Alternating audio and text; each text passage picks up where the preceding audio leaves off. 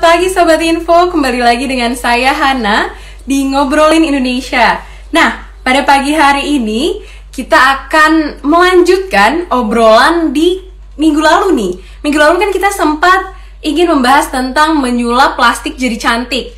Nah, tapi waktu itu sempat terputus koneksinya, jadi kita akan lanjutkan pada pagi hari ini. Nah, di sini aku bakal langsung invite CEO dari Bia Project. Nah, Bia Project ini adalah salah satu project upcycling sampah kresek. Kita invite dulu co-founder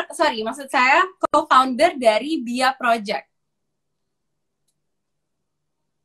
Oke, kita akan menunggu Sheima untuk masuk ke live Instagram ini. Nah, jadi nanti kita bakal ngobrol-ngobrol banyak tentang kira-kira Bia ini apa aja sih kegiatannya selain upcycling kresek dan kenapa memilih untuk upcycling plastik kresek. Oke, kita coba invite. Nah, halo, selamat pagi Sheima. Selamat pagi. Halo, gimana nih? Gimana pagi-pagi, kan minggu lalu kita udah sempat ngobrol tapi keputus kan, jadi kita mau lanjutin pagi ini nih. Halo, suaraku kedengeran nggak? Jelas nggak? Kedengeran. Oke, nah boleh nih, mungkin Sheima bisa jelasin dulu Sheima ini di Bia Project sebagai apa, terus juga boleh dijelasin juga nih ke teman-teman yang lagi nonton di rumah, apa sih sebenarnya Bia itu gitu. Oke. Pertama-tama terima kasih udah reschedule lagi untuk hari ini. Perkenalkan, nama aku Sheima. Aku co-founder dari Bia Project. Kalau bisa dilihat Instagramnya Bia _project. Bia itu sebenarnya apa ya? Latar belakangnya tuh berawal dari kebiasaan sehari-hari ibu rumah tangga gitu. Jadi tante aku, jadi tahun lalu tuh karena kita pandemi, terus kan kita sering banyak kayak delivery, terus abis itu kayak pokoknya semua apa ya, kalau kita beli sesuatu tuh pasti di wrap dengan plastik gitu, khususnya kresek. Dan setelah itu tuh kayak tante aku mikir kok abis itu kita buang aja gitu plastiknya, dan itu tuh menumpuk di rumah juga gitu. Dan ya dengan isu lingkungan juga gitu sekarang, fenomena yang sekarang lagi terjadi gitu kan, kalau di berita-berita ramai tuh tentang climate crisis dan lain-lain. Terus waktu itu juga aku sama aku kita ngobrol kayak nanti masa depan kita kayak 2030 tuh kayak gimana ya gitu-gitu. Dan sebenarnya kita mikir juga sih sebenarnya plastik itu sebenarnya banyak gunanya gitu, dia tuh sebenarnya bermanfaat juga gitu, karena kayaknya maksudnya salah satu material yang dia tuh safe dari, maksudnya kayak dari dia waterproof, terus habis itu durable juga, terus aman dari bakteri-bakteri gitu-gitu juga kan, makanya waktu juga mostly banyaknya pakai plastik gitu. Cuman ya itu karena kita kayak pengen awareness aja sih dari isu lingkungan, terus habis itu ya kayak kita pengen mencari solusinya gimana kita kayak bisa mengolah si plastiknya gitu, karena kayak selama ini mungkin khususnya di Indonesia gitu, kita budayanya pengolahan sampah itu kan masih minim ya, masih jarang gitu sih. Oke, jadi berarti awalnya emang karena pengen concern ke isu lingkungan gitu ya, karena kekhawatiran takutnya nanti berapa puluh tahun lagi sampah-sampah plastik nggak bisa diuraikan gitu ya. Nah, tapi Bia sendiri ini arti namanya dari mana sih? Kenapa dinamain Bia gitu? Oke.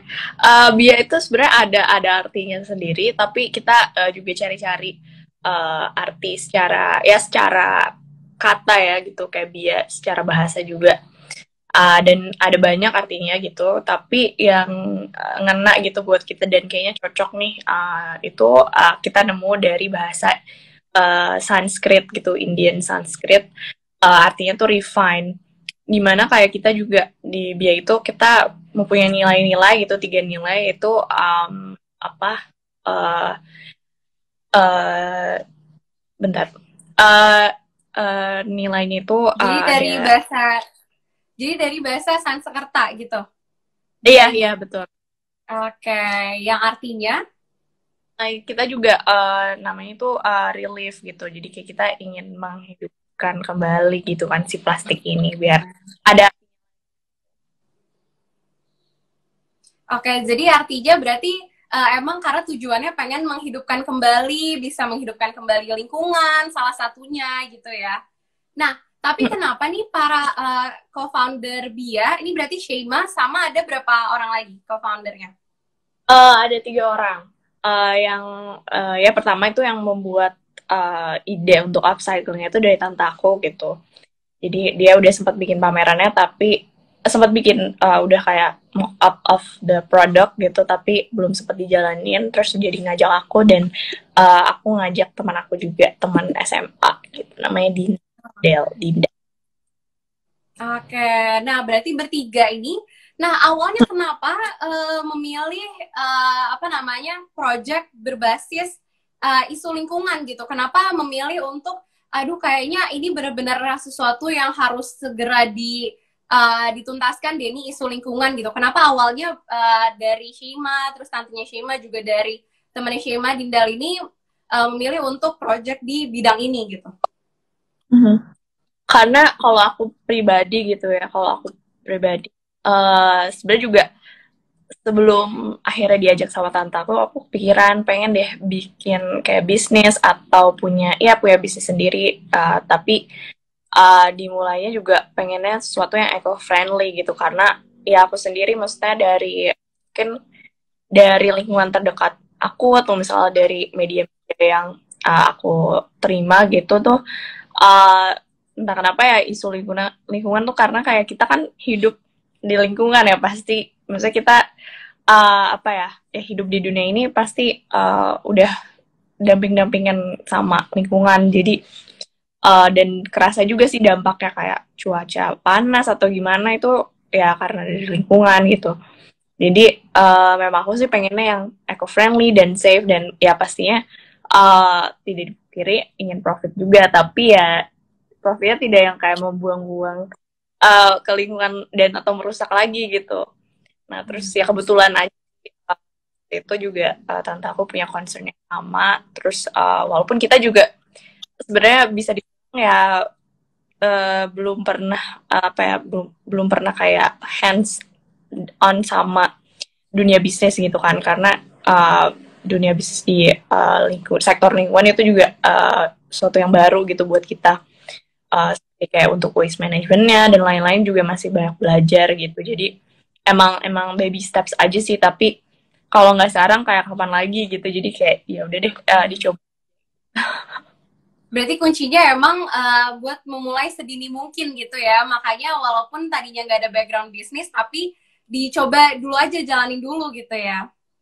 Oke, nah ini boleh nggak di breakdown sedikit kira-kira gimana sih caranya upcycling yang dia lakukan ini bisa mengurangi isu permasalahan lingkungan gitu? Karena kan tadi Shima udah sempat mention juga tentang waste management gitu. Boleh nggak di breakdown biar di sini juga pada ngerti alurnya gitu? Oke. Jadi karena kita kan mau upcycling plastik khususnya kresek gitu dulu gitu, karena memang tanteku baru menemukan khusus untuk plastik kresek, dan plastik kreseknya juga belum semua bisa plastik kresek gitu. Kalau teman-teman tahu tuh plastik yang kita gunakan itu plastik kayak dari Indomart, pokoknya dari grocery stores gitu. Terus yang bukan bening tapi yang berwarna gitu, kita yang berwarna juga kita olah gitu. Jadi mungkin lebih kayak ke proses produksinya gitu ya, maksud Hana. Iya, benar. Jadi kalau dari proses produksinya pastinya kita mengumpulkan sampah-sampah plastik gitu, kita pilah, terus setelah itu pasti di cleaning. Kalau misalnya ada yang kotor gitu-gitu kita cleaning, terus cutting gitu, kita potong jadi jadi lembar-lembar gitu, kayak lembar-lembar kertas. Terus abis itu ada proses kita pakai proses press teknik gitu. Jadi kita ya ini juga secara apa ya? Secara kebetulan juga kita dapat kita punya alat heat press gitu. Jadi bentuknya kayak banner tapi ya cukup gede gitu kayak 50 cm gitu. Jadi itu kayak di press terus nanti dia akan apa ya dia akan panas tapi dilapisi juga dengan kayak baking sheet itu ya biar nggak meleleh. Terus ya karena jadi lembar-lembaran dan punya tekstur yang berbeda gitu ya kayak ada sedikit tekstur yang membuatnya nggak kelihatan kayak plastik gitu. Terus dari situ kita habis itu jahit dan apa kita juga mix suka match dengan kain-kain uh, di industrial lainnya sih kayak misalnya kain bantal atau kain kasur yang udah nggak kepake gitu. Oke, jadi untuk pembuatan tasnya ini produknya tas ya? Atau ada yang lain lagi? Untuk sekarang sih kita fokusnya ke tas ya karena ya itu kayak sesuatu yang fungsional dan pasti orang-orang butuh gitu. Berarti untuk produksi tasnya sendiri bukan cuma plastik reseknya yang di upcycling, tapi juga ternyata kain-kain ini juga dari kain-kain bekas gitu ya? Karena maksudnya Oke. ya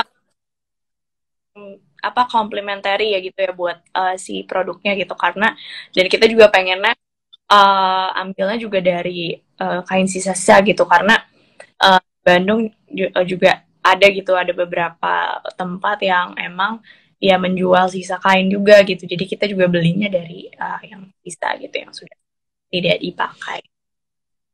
Oke. Nah, untuk upcycling kreseknya sendiri, itu berarti kan Shima sama co-founder yang lain bukan supply dari supplier gitu kan? Emang berarti cari sampah-sampah plastik kresek yang emang udah nggak kepake lagi. Nah, itu pengumpulannya gimana sih? Apa ada tim sendiri atau gimana nih cara ngumpulin plastik kreseknya? Karena pasti kan butuh banyak kan untuk produksi tas. Awalnya itu emang kita word word word to word aja mouth to mouth sorry kayak mouth to mouth aja kayak dengan kita di Instagram sendiri gitu untuk kayak ada yang mau donasi plastik gitu terus kita juga kayak kerjasama untuk kayak bikin uh, waste drop off gitu kayak di suatu komunitas terus nah tapi mungkin emang karena juga itu kan kumpulan dari orang-orang juga sedikit terus kita kayak sedangkan kita kayaknya lagi butuh banyak gini gitu kan kita mau kolaborasi dengan brand-brand gitu terus akhirnya aku approach ada namanya Kang Asoy itu tukang angkut sampah online di Bandung dan dia itu sistemnya itu kayak penjemputan sampah gitu sih cuman mereka punya warehouse-nya gitu kayak storage-nya untuk memilah-milah sampah dan kebetulan mereka untuk khusus untuk sampah plastik kresek tuh belum ada gitu yang mengolahnya jadi kayak ada gap juga dan pas banget jadi akhirnya supplier untuk plastik kresek kita itu sekarang dari Kang Asoy. Oke, jadi berarti sebelum sama Kang Aso ini lebih ke ngajak teman-teman di Instagram untuk yuk sama-sama kumpulin sampah plastik gitu ya. Itu berarti salah satu cara Bia juga untuk meningkatkan awareness masyarakat juga ya untuk upcycling sampah plastik. Emang kita tuh juga pengennya emang apa ya yang something yang deket-deket aja sih kayak something yang relate maksudnya kita juga masih baru juga kan dalam waste management gitu dan memulainya karena ya kalau aku dari pribadi sih karena uh, ya generasi orang tua aku mungkin ya apa ya mempunyai budaya sendiri yang terhadap kesadaran lingkungan gitu jadi ya berbeda ada perbedaan di situ dan makanya kayak juga sama-sama belajar kita juga apa di platform kita apa ya belum juga sepenuhnya apa ya kayak udah expert atau udah jadi apa aktivis tapi kita juga sama-sama pengen uh, lebih kayak mulai dari kesadaran aja sih kayak giving awareness aja. Oke. Nah, pas di awal dia coba ajak teman-teman di Instagram untuk sama-sama ngumpulin sampah plastik dan lain-lain. Itu awareness-nya gimana kalau dari Shema sendiri ngeliatnya? Awareness-nya cukup ada gitu, kayak orang-orang sadar. Menurut aku sih sekarang lagi udah dengan banyaknya berita gitu, apa jadi ya beritanya juga pimpinan-pimpinan negara gitu ya udah mulai kumpul, udah mulai apa spreading the news gitu about change dan lain-lain. Dan menurut aku sih sebenarnya pasti secara tidak sadar di setiap orang pasti udah aware gitu terhadap hal itu. Tapi memang mungkin karena budayanya yang kita belum bangun gitu sepenuhnya, jadi memang agak sulit sih kalau bisa dibilang secara pribadi juga untuk memulainya sulit gitu kalau sendiri. Makanya kita juga kayak pengen apa ya, pengen kita sama-sama aware dulu gitu, karena semua kan berasal dari kesadaran dulu ya. Maksudnya tanpa kayak kesadaran pasti susah gitu untuk take action gitu.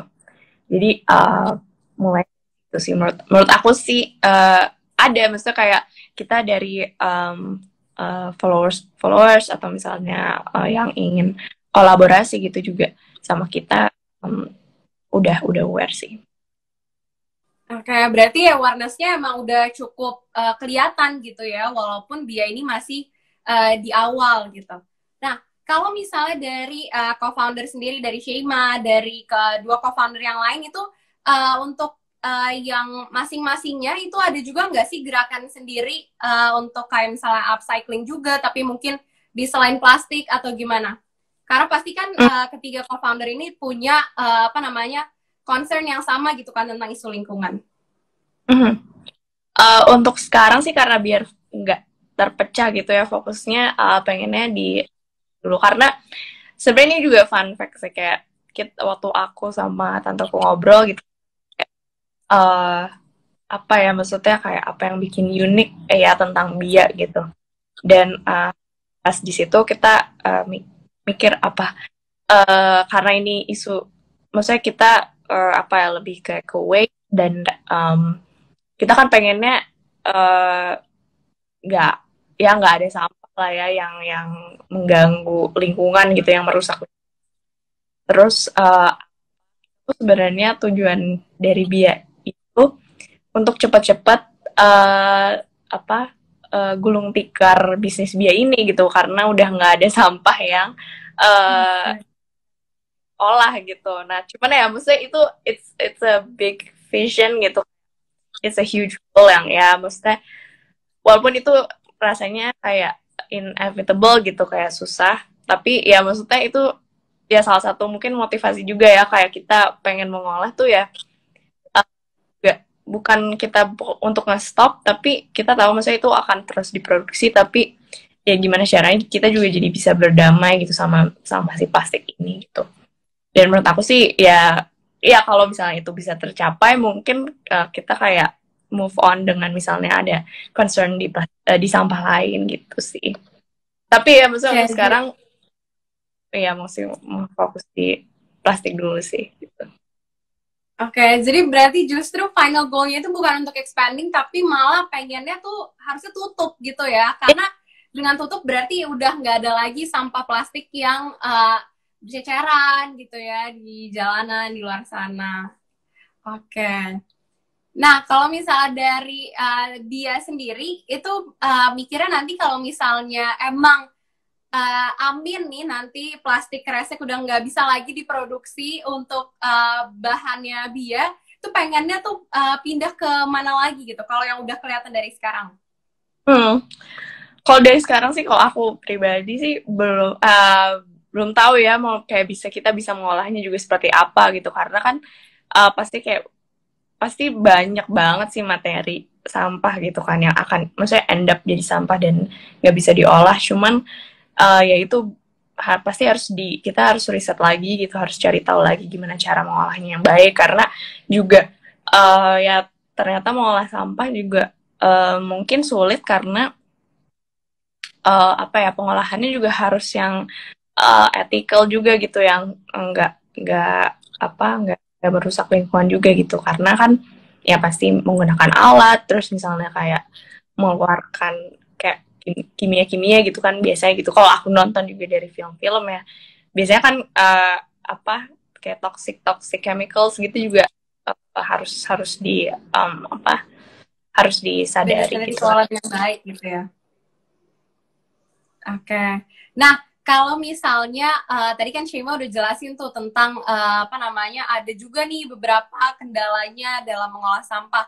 Nah, kalau selama Bia berdiri ini, yang paling sulit menurut Shima di saat lagi pengen upcycling itu proses apa sih? Ada nggak sih waktu itu suatu hal yang, aduh ini paling sulit sih selama Bia berjalan gitu? Iya sih paling sulit itu sih waktu kita cari supply sampah, karena ya walaupun pengennya sih ya ambil aja dari jalanan atau gimana gitu, dan misalnya aware terhadap apa orang-orang untuk ngajak apa berdonasi itu juga ya sedikit-sedikit gitu, karena mungkin biasanya kan kayak sampah plastik resek itu biasanya jadi apa jadi tempat untuk sampahnya lagi gitu kan. Kalau di rumah-rumah tuh kita kayak buang lagi gitu kan, nggak ya ternyata juga tidak terlalu banyak orang yang kayak bener apa plastik reseknya gitu kayak dilipat atau gimana. Dan tapi ya akhirnya waktu kemarin menemukan sih solusinya itu menemukan Kang Asoy sebagai apa bantuan supplier kita. Oke, berarti uh, waktu itu paling sulitnya adalah cari supply plastik resek yang udah nggak digunakannya itu ya. Oke, nah kalau misalnya dari Shima sendiri nih sama dari Bia, itu ada tujuan lagi nggak sih selain tadi tujuan akhirnya banget itu kan pengen tutup. Terus di samping itu ada nggak sih kira-kira upcoming projects yang udah kebayang dari sekarang dan boleh apa namanya boleh dikasih tahu nih ke sobat info yang lagi nonton, ada nggak? Oke. Mungkin buat tahun depan kali ya. Tahun depan kita sih pengennya juga expand apa produk-produk kita di offline stores gitu, karena kita masih online, dan ya offline stores tuh ya biar orang-orang juga bisa megang, bisa, menyentuh produk Bia gitu seperti apa. Terus pengennya juga kita bikin lagi kayak drop off waste itu, drop off waste collection gitu, mungkin kayak di kafe-kafe yang mendukung juga apa mendukung isu lingkungan, terus biar orang-orang juga bisa lebih gampang untuk apa mengumpulkan ya mendonasikan sampah plastiknya itu sih. Mungkin fokusnya baru di itu dulu kan ya. Tapi kita juga pengennya juga kok pastinya pengennya terus berkolaborasi gitu, karena dari kolaborasi kan kita pasti kayak membangun network lagi gitu, dan pasti orang-orang juga sebenarnya pengen gitu, dan yes kayak seperti yang aku tadi bilang tadi seperti yang aku tadi bilang pasti kesadaran itu aku yakin sih di sekitar kita udah ada gitu, udah banyak juga gitu, tapi memang taking actionnya aja sih yang cukup mungkin cukup sulit, atau ya perlu bareng-bareng lah. Jadi awareness-nya udah ada, tinggal di colek sedikit gitu ya, biar semuanya saling bahu-membahu buat ngumpulin plastik, terus upcycling gitu. Jadi salah satu tujuannya Bia sendiri berdiri itu untuk mewadahi itu semua ya. Tuh. Oke, nah ini kalau misalnya dari teman-teman yang lagi pada nonton, dari Sobat Info ada yang pengen nanya, ini boleh banget langsung ditulis di kolom komen, atau bisa juga di tombol Q&A-nya ya, nanti bakal dijawab langsung sama Shima. Kalau misalnya mau nanya-nanya seputar project yang dilakuin sama Bia ini gitu. Nah, sekarang aku mau nanya lagi nih, kalau misalnya dari Shima sendiri, kira-kira ngelihatnya, itu kan tadi khusus Bia. Kalau Shima sendiri ini kan pengamat lingkungan juga ya. Kalau misalnya dari yang Shima lihat nih di sekitar Shima, teman-teman sumber Shima itu, kira-kira apa sih hal yang paling mendasar yang masih sering dilakukan yang sebenarnya itu tuh merusak lingkungan gitu? Oke. Kalau hal yang mendasar banyak sih, maksudnya ya aku juga nggak bisa mention banyak gitu, karena mostly pasti kalau misalnya kita keluar, itu pasti kita beli makan atau apa ya? Ya menggunakan menggunakan apa lingkungan kayak Plastik gitu. ya ruang Misalnya ruang plastik publik makan kayak itu pasti ada yang ada jadi sampah gitu gitu. Apalagi kalau di luar kan ya walaupun udah dicacah gitu kayak sampah organik, anorganik dan lain-lain, tapi ya kita juga nggak tahu tuh itu apa bakal diolah seperti apa gitu kan. Dan itu sih mungkin dari hal-hal seperti itu aja sih gitu. Emang kita ya menurutku memang budayanya masih baru banget gitu, bahkan menurut aku baru generasi kita gitu yang mau memulai membangun budaya baru gitu terhadap pengolahan sampah gitu sih menurut aku. karena biasanya walaupun di rumah udah dipilah-pilah, tapi nanti pas diangkut sama tukang sampahnya ternyata digabungin lagi gitu ya. Jadi lebih baik kita sebenarnya emang harusnya mengurangi ya sampah-sampah yang susah terurai itu. Oke, nah terakhir nih mungkin dari Shema ada pesan-pesan buat yang lagi nonton atau buat yang nanti nonton lewat Instagram TV. Boleh nih kasih pesan-pesan buat masyarakat di Indonesia tentang gimana sih harusnya kita berkelakuan baik terhadap lingkungan gitu. Oke. Menurut aku yang pertama pastinya dari kesadaran dulu gitu, karena ya itu paling terpenting sih. Tanpa ya kesadaran itu pasti sulit gitu kita untuk bisa melakukan sesuatu hal gitu. Dan mungkin ya lihat juga dari social media dan lain kan udah pasti udah banyak juga untuk hidup lebih sustainable gitu kan, apa sebutannya. Cuman menurut aku sih ya jangan kalau don't take it too hard juga on yourself gitu. Kalau misalnya masih sulit banget nih apa di lingkungan terdekat di keluarga itu juga masih sulit, sih emang nggak apa-apa untuk baby steps gitu. Misalnya apa ya, misalnya ya sesimpel kayak kalau bawa tumbler atau misalnya kayak ganti ganti apa untuk sanitasi. Kalau kita perempuan kan kalau misalnya kita datang bulan ya mungkin bisa diganti ya yang lebih sustainable gitu, kayak cups atau pads gitu kan. Sesimpel itu aja sih, satu-satu gitu, nggak usah uh, semuanya langsung diubah gitu karena pasti kan Yeah. susah pola Bisa yang udah buat jadi emang start small aja, tapi ya mungkin mulai dari sekarang gitu, mungkin dari hari ini udah bisa lebih aware, misalnya bawa kantong belanjaan sendiri dan lain-lain, atau mungkin beli dia gitu kalau misalnya kalau mau belanja gitu, nggak usah pakai plastik yang kayak gitu banget gitu. Jadi itu sih mungkin dari aku.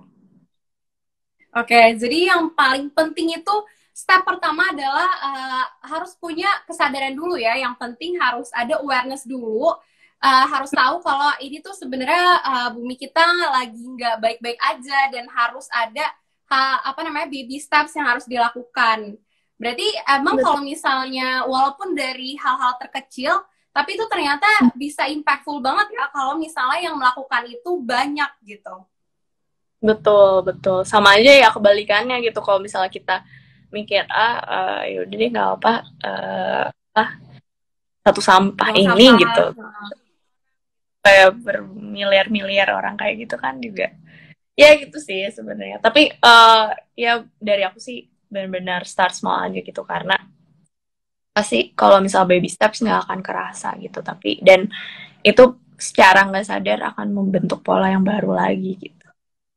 Oke, jadi pesan dari Shema untuk kita semua, tingkatin dulu awareness-nya terhadap isu lingkungan, baru akhirnya kita mulai dari baby steps ya, atau dari hal-hal terkecil dulu. Seperti yang tadi Shema udah jelasin, mungkin bisa dari mengganti kantong kresek. Sekarang kan udah nggak boleh nih kantong kresek, pakai tas belanja sendiri, bisa beli di Bia juga ya. Terus juga atau misalnya tadi yang Shema udah jelasin kalau misalnya untuk perempuan menstruasi biasanya pakai pembalut itu juga bisa diganti dengan menstrual cups gitu ya karena itu lebih ramah lingkungan. Nah, oke oke. Nah, jadi berarti kita semua di sini udah dapat nasihat ya nih dari Shema yang salah satu co-founder dari Bia Project di mana projectnya ini itu berconcern di isu lingkungan. Oke, di aku dari tim Info Indonesia mewakili pengen makasih banget sama Shema udah mau diajak ngobrol-ngobrol nih pagi-pagi di hari Minggu. Makasih juga buat Sobat Info semuanya yang udah nonton di hari Minggu pagi ini perbincangan singkat antara Info Indonesia dengan Shema, co-founder dari Bia Project. Makasih banget ya Shema. Thank you Hana udah undang dan sharing gitu. Oke, thank you Shema, thank you Sobat Info. Jangan lupa follow @bia_project dan juga @info_indonesia.id. Nah, karena setiap minggunya dari Info Indonesia itu bakal ada berita-berita terkini, ada di Instagram, ada di Twitter, ada di YouTube-nya, ada juga di websitenya info_indonesia.id. Nah, jadi terima kasih sekali lagi buat Shema dan buat Sobat Info. Bye-bye! Bye!